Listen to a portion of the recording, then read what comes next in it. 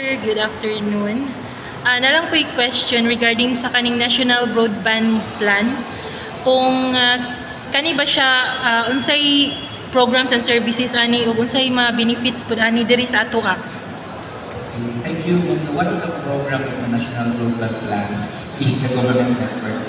Government network is we provide connectivity to all government offices here, academic, schools, dito sa Cagayan de Oro. As of now, we are connected 98 government agencies sa Cagayan de Oro. So kung makonect natin sila, they can use the connectivity for their daily operations to improve their processes. So kung faster ang internet, secure ang internet, definitely they can improve their services. So as of now, we have 98 government connected offices. Wow. And we are targeting this year additional, mahimo siyang 125 additional sites. Instead of 98, mahimo siyang 125. So that will increase 98 government sites into 125 government connected to that government. Yes sir, kay kaning na may mga munisipyo god nga dili sila EBOS compliant kay tungod sa ilang connectivity galisod pud sila.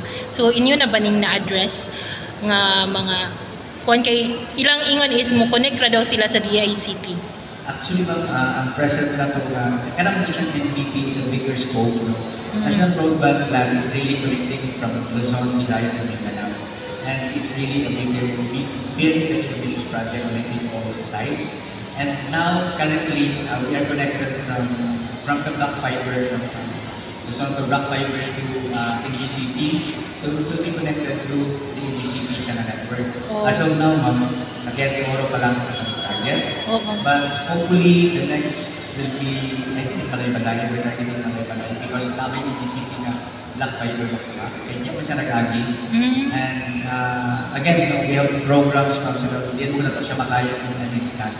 So it's really, kung asa siya available mahutod, and it will be dihat na mag-go again for the government network. But for Region 10, ang una din natin is Cagayan de Oro. As of now. Ayan, salamat kayo sir.